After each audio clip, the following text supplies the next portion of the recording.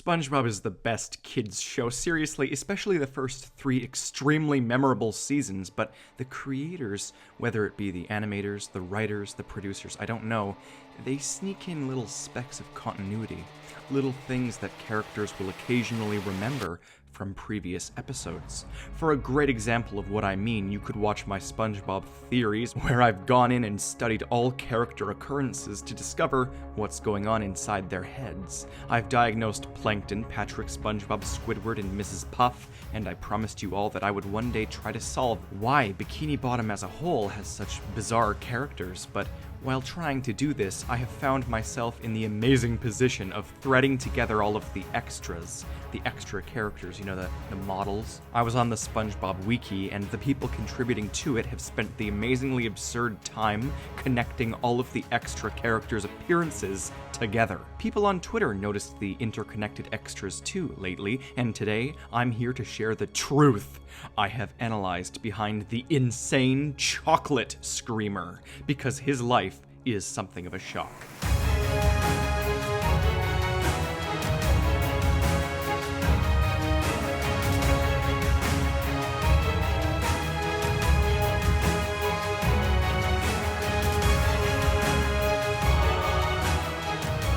Hello, I'm the Theorizer, and his name is Tom, as that was the name slipped in one episode. He's just an extra, but all of his appearances, including the ones where his character model is slightly altered, tie together his life story and allow me to diagnose. In his most famous episode, notoriously known as the chocolate episode, SpongeBob and Patrick are selling chocolate to Bikini Bottom inhabitants, and their first customer just stares at them and starts screaming, "Chocolate!" before chasing them across town throughout the episode.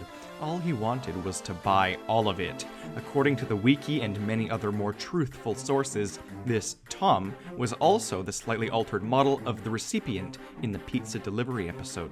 The fish that screams at SpongeBob when he forgets to bring a drink after suffering through the longest delivery route possible. This man clearly has a food problem, and the wiki even suggests that he may have OCD, but that's not right. He's more furious than panicked or anxious. His model varies episode to episode between thin and obese, which probably signals his repeating food addiction and recovery.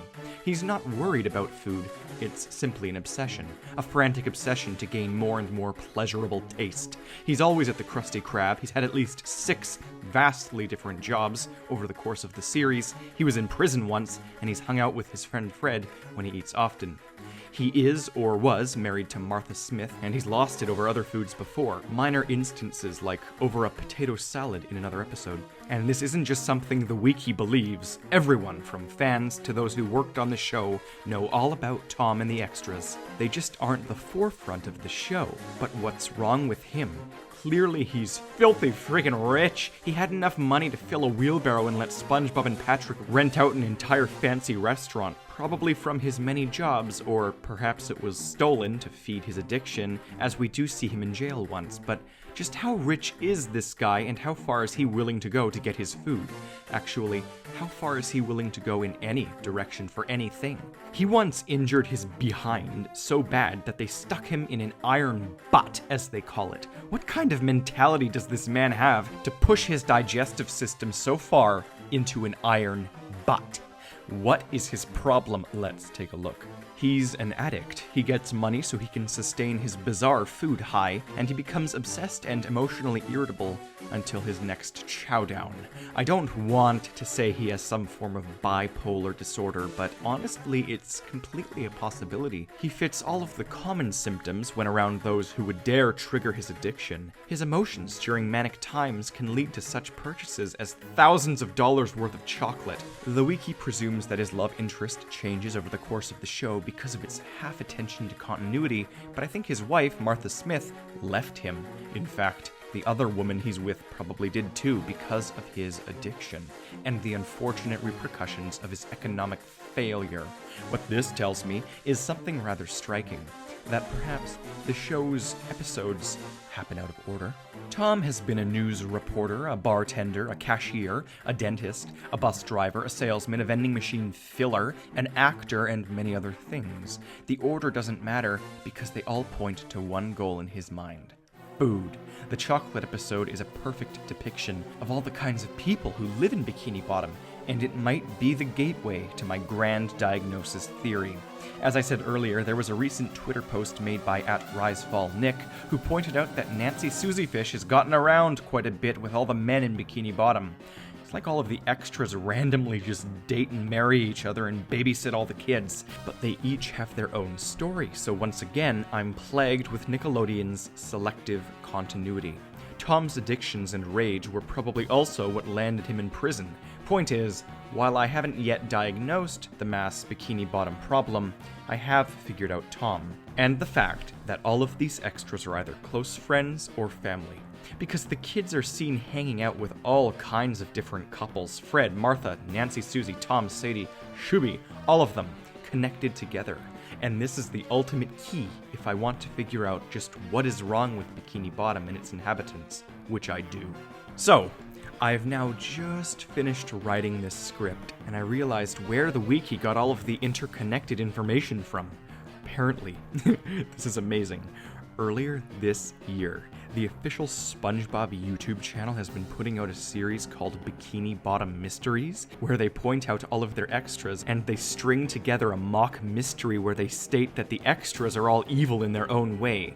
They started this series on YouTube, right after I began using their lack of continuity against them. It's like they're mocking my hard work or telling people to stop overreacting. Upon watching their video on Tom, they say nothing about what's actually wrong with him. They just prove all of the points I've been making as canon. Even if they're joking, they've just made the mistake of further confirming my points. So what's his diagnosis? They hint that he's a criminal who mimics other people and starts riots. Indeed, his anger and rage have gotten the better of him. The lengths he'll go to for dietary perfection. What's he hiding? A killer addiction. This series they've created will help with my diagnoses of the extras. Thanks for the canon info, Nickelodeon. The wiki accepts it, so all will. Thomas Smith has been completely diagnosed. Just like that. The chocolate guy. The crazy guy. He is a criminally shady, rich, and multi-occupational bipolar food-addicted maniac who's lost his family due to financial and health instability.